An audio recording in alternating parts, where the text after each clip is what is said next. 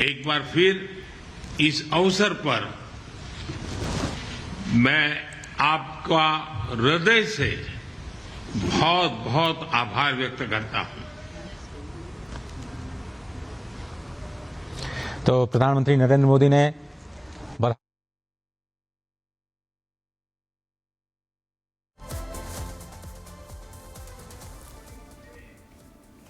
तो प्रधानमंत्री मोदी ने कहा कि सुल्तान हाजी से मिलकर बहुत खुशी हुई, द्विपक्षीय संबंधों को मजबूत किया।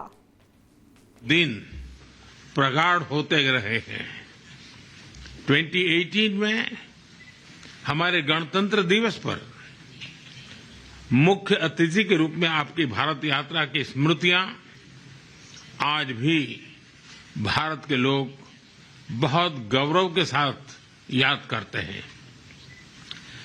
योर मैजेस्टी, मुझे अत्यंत खुशी है कि मुझे अपने तीसरे कार्यकाल की शुरुआत में ही ब्रुनेई की यात्रा करने का और आपसे भविष्य के विषय में चर्चा करने का सौभाग्य मिला है। यह भी सुखद संयोग है कि इस वर्ष हम द्विपक्षीय साझेदारी की 40वीं वर्षगांठ मना रहे हैं। भारत की एक्ट ईस्ट पॉलिसी और इंडो पैसिफिक विजन में ब्रुनेई का महत्वपूर्ण साझेदार होना ये हमारे लिए उज्जवल भविष्य की गारंटी है। हम एक दूसरे की भावनाओं का सम्मान करते हैं। मुझे विश्वास है कि मेरी इस यात्रा से और हमारी चर्चाओं से आने वाले समय के लिए हमारे संबंधों को स्ट्रैटेजिक दिशा मिलेगी। एक बार फिर इस अवसर पर मैं आपका हृदय से बहुत बहुत आभार व्यक्त करता हूं। दौरा है पीएम मोदी का, जब वो पहुंचे हैं ब्रुनेई और वहां पर मुलाकात होती है, कई मुद्दों पर बातचीत होती है। इसके अलावा प्रधानमंत्री नरेंद्र मोदी का सीधे तौर पर यह बयान आता है कि उनको ब्रुनेई जाकर खुशी महसूस हुई। और आपको बता दें, यहां पर लंबी मुलाकात के बाद द्विपक्षीय संबंधों पर चर्चा होती है, कई प्रस्तावों पर मोहर लगती है और यहीं से ब्रुनेई के बाद अब सिंगापुर रवाना होंगे पीएम मोदी। ऐसे में ये दौरा कई मायनों में खास बताया जाता है। वहीं सुल्तान हाजी से मिलकर पीएम मोदी ने अपनी खुशी को व्यक्त किया। ये तस्वीरें हम आपको मुलाकात की दिखा रहे हैं, जब कई अहम समझौतों पर हस्ताक्षर होता है और एयरपोर्ट से स्वागत से लेकर ये मीटिंग तक की तस्वीरें हम आपको दिखा रहे हैं। लेकिन यहाँ पर आप देखिए, हम आपको ग्राफिक्स के जरिए बताएंगे समंदर में चीन की घेराबंदी अब कैसे। देखिए, चीन की अगर बात करें तो यहाँ भारत की तरफ से एक मजबूत स्ट्रेटेजी बन रही है। वहीं ताइवान और फिलीपींस को आप देखिए, फिलीपींस ने हाल ही में साउथ चाइना पर यह आरोप लगाया था कि उनकी फिलीपींस की जो सीमाएं हैं उस पर अतिक्रमण का प्रयास किया जा रहा है और ठीक ऐसा ही आरोप जो है चीन की तरफ से भी लगाया गया था। ताइवान, फिलीपींस और वियतनाम ये दक्षिण चीन सागर के इधर आपको दिख रहे हैं। वहीं ब्रुनेई, जहां पर पीएम मोदी की मौजूदगी है, ऐसे में समंदर में चीन की जो घेराबंदी है उसको लेकर हम आपको इस मैप के जरिए बता रहे हैं। सिंगापुर, जहां पर पीएम मोदी अब रवाना होंगे, तमाम महत्वपूर्ण मुद्दों पर हस्ताक्षर हुए हैं ब्रुनेई में। और उत्तर प्रदेश के झांसी में पुलिस ने चैन स्नैचर को धर दबोचा है। सीपरी बाजार इलाके में पुलिस और बदमाशों में मुठभेड़ हो गई है। मुठभेड़ में एक बदमाश के पैर में गोली लगी है। पुलिस ने घेराबंदी कर रहे दूसरे बदमाश को भी पकड़ लिया। बताया जा रहा है कि पिछले कुछ दिन से बाइक सवार बदमाश महिलाओं के पर्स छीनकर फरार जाते थे। सूचना मिलने पर पुलिस ने बदमाशों को गिरफ्तार कर लिया है। झांसी में लगातार ये मामले सामने आ रहे थे। उत्तर प्रदेश के 3 अलग अलग शहरों में एनकाउंटर किया गया है, जहां छिनैती और छेड़छाड़ के मामले सामने आ रहे थे। इन टीमों के द्वारा जब घेराबंदी की गई तो दोनों में से एक अपराधी प्रद्युम्न ने जान मारने की नीयत से पुलिस टीम पर फायर कर दिया। काउंटर अटैक में प्रद्युम्न के पैर में गोली लगी है तथा दूसरा अपराधी जो दीपेश है, इसको भी गिरफ्तार किया गया है। घायल अपराधी को हॉस्पिटलाइज करा दिया गया है और इनसे पूछताछ की जा रही है।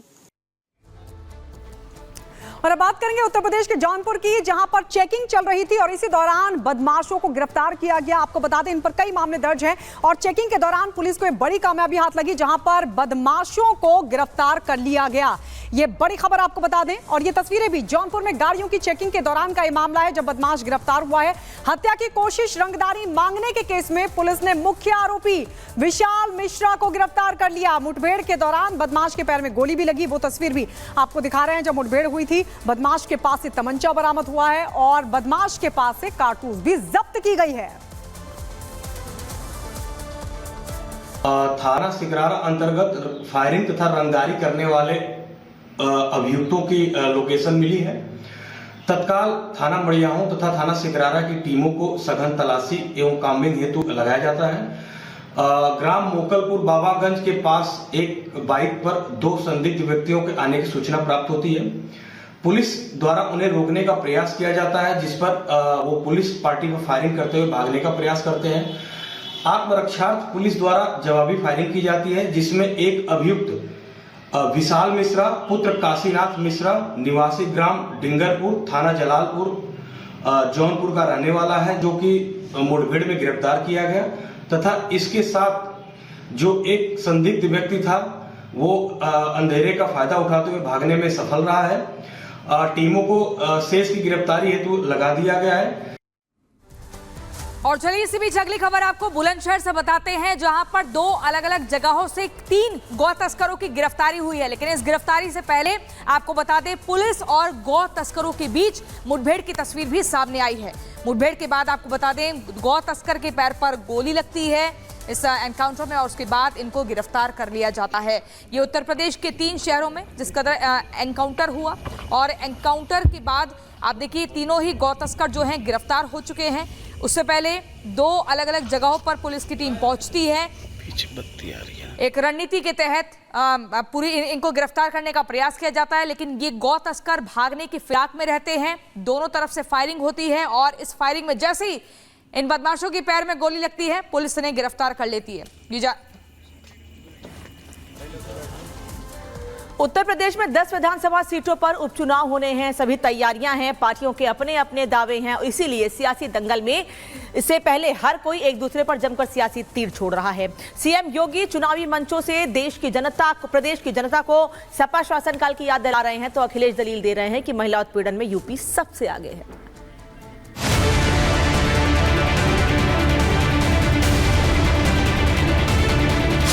उत्तर प्रदेश में आने वाले दिनों में 10 सीटों पर उपचुनाव होने वाले हैं, जिसको लेकर तमाम राजनीतिक दलों ने अपनी अपनी तरफ से तैयारियां शुरू भी कर दी है। लोकसभा चुनाव में खराब परफॉर्मेंस के बाद बीजेपी उपचुनाव में किसी भी चूक करने के मूड में नहीं है, तो वहीं दूसरी तरफ समाजवादी पार्टी ने भी पूरा जोर लगा दिया है। जुबानी हमले तेज हो गए हैं, आरोप प्रत्यारोप का दौर चल पड़ा है। उत्तर प्रदेश के मुख्यमंत्री योगी आदित्यनाथ लगातार समाजवादी पार्टी और कांग्रेस पर हमलावर है। भ्रष्टाचार के मुद्दे पर योगी आदित्यनाथ कभी प्रदेश की जनता को सपा शासनकाल की याद दिलाते हैं, तो कभी अयोध्या के मोहित खान और कन्नौज के नवाब सिंह यादव के नाम पर समाजवादी पार्टी को चरित्र का आईना भी दिखाते हैं। सामाजिक ताने बाने को छिन्न भिन्न किया, अराजकता और गुंडागिर्दी इनके डीएनए का हिस्सा है।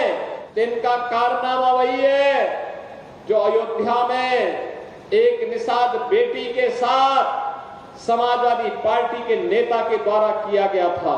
इनके घिनौने कृत्य वही है जो लखनऊ में एक बेटी को कैसे इन लोगों के द्वारा गिराया जाता है, ये इनका चेहरा है।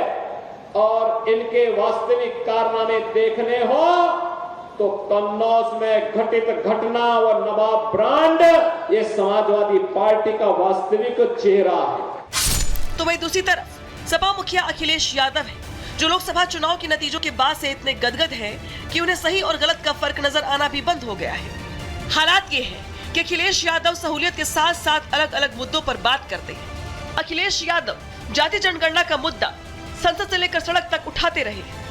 अखिलेश यादव बुलडोजर एक्शन को लेकर के भी बार बार अपनी प्रतिक्रिया देते हैं। अखिलेश यादव बीजेपी की अंदरूनी उठापटक पर भी चुटकी लेने से चूकते नहीं, लेकिन जैसे ही बात उन सपा नेताओं की होती है जिन पर महिला अपराध की गंभीर।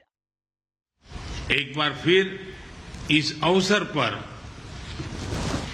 मैं आपका हृदय से बहुत बहुत आभार व्यक्त करता हूं। तो प्रधानमंत्री नरेंद्र मोदी ने